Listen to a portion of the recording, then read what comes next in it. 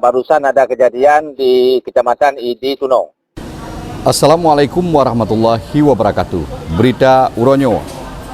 Sidro anak miat umur 10 tahun dilaporkan lam Iraya dan meninggal dunia di Kampung Senebuk Buya, Kecamatan Idi Tunong, Kabupaten Aceh Timur.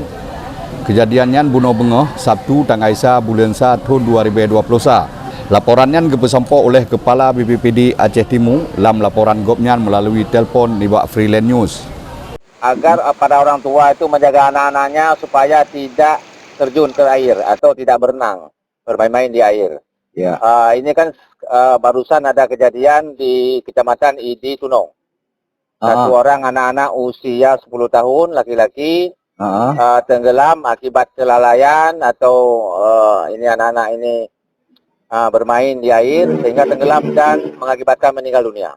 Gopnyan gelake bawa mandum masyarakat dalam wilayahnya untuk menjaga anak baik jejak melangu dalam Iraya dan orang yang tinggal tahu bineh keruang belehun karena curah ujian mentang tega lagi aja pegah le BMKG.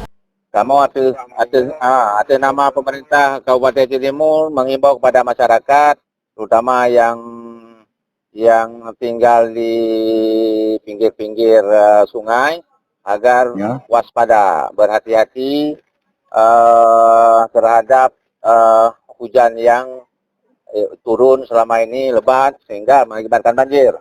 Nah, agar para orang tua itu menjaga anak-anaknya supaya tidak terjun ke air atau tidak berenang, bermain-main di air. Asadi kepegah lom akibat Iraya nibak Tunyo nal heblah boh kecamatan dalam wilayah Aceh Timur yang kenang Iraya nibak Tunyo. Untuk Alu Emirah Uronyo Iraya kasurut cuma napa dumboh tutua yang releh lagi dilaporkan oleh Tunku Irwandi Usman dari Alu Emirah. Yang kepun tutua daerah Kampung Blang Nisam, tutua menuju SKM dan tutua Kampung Pelita Sagup Jaya. Saudara Nun, bagi yang nak kena lewat SKM atau Lita, mohon pilih jalan alternatif Red Akoja karena tutua yang menghubungkan SKM dengan Lumirah karut karena banjir. Jembatan penghubung Sukamakmur Alu Emirah ini amblas akibat banjir yang melanda kemarin. Jadi kemarin di sini arus air itu cukup deras.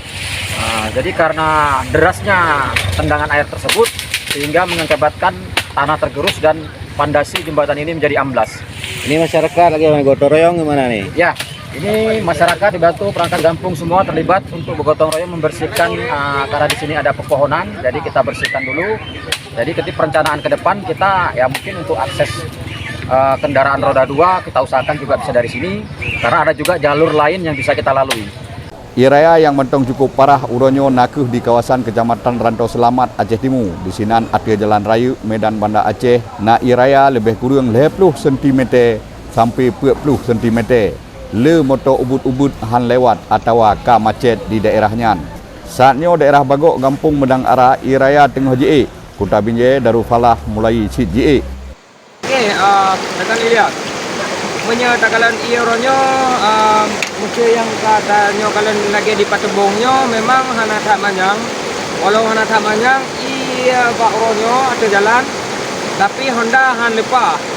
Dan orang yang kalepah jak menobong yang kalepah dan baru letung nak belanja bangguahnya kan lepah li karena ia yang dan daerah Rantau Perlak Banda Alam Idi Tunong Iraya kam lai surut.